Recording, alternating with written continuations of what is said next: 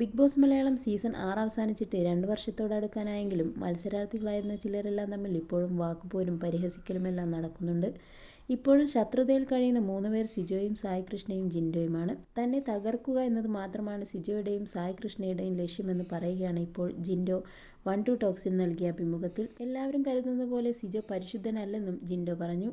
അവർ എന്നെ ചവിട്ടിക്കൂട്ടി നിലത്തിട്ടിരിക്കുകയാണ്. സായിയും സിജോയും എന്നോട് ചെയ്യുന്ന സാധനം അതാണ്. ഭൂമി വരെ ഞാൻ താഴാൻ പറ്റും.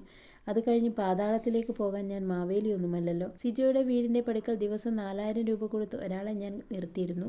അവൻ പുറത്തിറങ്ങുമ്പോൾ വാച്ച് ചെയ്യാൻ വേണ്ടി. നമ്മളെല്ലാവരും കൊള്ളാത്തവർ. ഭൂമിയിലെ പരിശുദ്ധൻ അവനാണെന്നാണല്ലോ പറയാറ്. അവനെക്കുറിച്ച് ഒരുപാട് സാധനങ്ങൾ എനിക്ക് പണ്ട് കിട്ടിയിട്ടുണ്ട്. ഞാൻ ചെയ്തത് ചീപ്പ് പ്രവൃത്തിയാണ്. പക്ഷേ ഇവൻ്റെ കാര്യവും നമ്മൾ അറിയണ്ടേ. ഒരു ദിവസം മാളിൽ വന്നിരുന്ന ഒരു പെണ്ണിനോട് സംസാരിച്ച് ആ പെണ്ണുമായി ഹോട്ടലിൽ പോയി. അവിടെ റൂമെടുത്ത് ഒരു ദിവസം താമസിച്ച് പിറ്റേ ദിവസമാണ് അവൻ പോയത്. തെളിവ് എന്തിനാണ്, ആർക്കാണ് ഞാൻ തെളിവ് കൊടുക്കേണ്ടത്? എൻ്റെ കയ്യിൽ തെളിവുണ്ട്.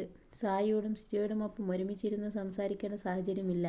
എന്നെക്കുറിച്ച് ഫേക്ക് ന്യൂസ് വന്നപ്പോൾ അത് ഡിലീറ്റ് ചെയ്യാൻ സായിയോട് ഞാൻ പറഞ്ഞിരുന്നു. ഹൈബ്രിഡ് കഞ്ചാവ് കേസ് വന്ന സമയത്തായിരുന്നു അത്. ഞാൻ വിളിച്ചു ചോദിച്ചപ്പോൾ എല്ലാവരും ചെയ്തു, ഞാനും ചെയ്തു എന്ന മറുപടിയാണ് വന്നത്. എന്നെ വെറുതെ വിട്ടാൽ തിരുത്തി വീഡിയോ ചെയ്യാമെന്നും പറഞ്ഞിരുന്നു. പക്ഷേ ഇതുവരെ ചെയ്തില്ല. ഒരിക്കൽ ഒരിടത്ത് വെച്ച് നിന്നെ ഞങ്ങൾ തകർക്കുമെന്നും സായിയും സിജയും എന്നോട് പറഞ്ഞിരുന്നു.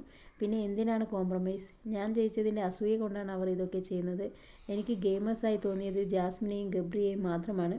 അവർ കോംബോ പിടിക്കരുതായിരുന്നു. ജാസ്മിൻ ഒരിക്കൽ മൈക്കില്ലാതെ പുതച്ചു മൂടി കിടന്നു. ഗബ്രി സമീപത്ത് പുതക്കാതെയും കിടപ്പുണ്ട്. ഇരുവരും പിറുപിറുക്കുന്നുണ്ട്. മൈക്കിട്ട് കിടക്കാൻ പറഞ്ഞതിന് ജാസ്മിൻ അന്ന് ബഹളം വെച്ചു. അവർക്ക് ഗെയിം കളിക്കാൻ ഞാൻ വഴിയുണ്ടാക്കി കൊടുക്കേണ്ടതില്ലല്ലോ.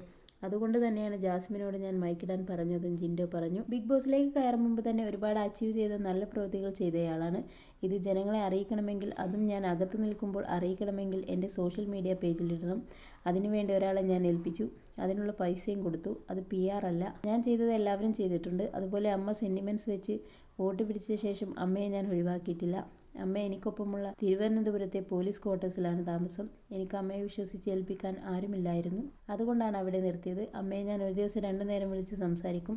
ഞാൻ വീടിൻ്റെ വിളക്കാണെന്ന് അമ്മ എപ്പോഴും പറയുമായിരുന്നു. ആ വാക്കാണ് എന്നെ ഹൗസിൽ നിലനിർത്തിയതെന്നും ജിൻഡോ പറയുന്നു.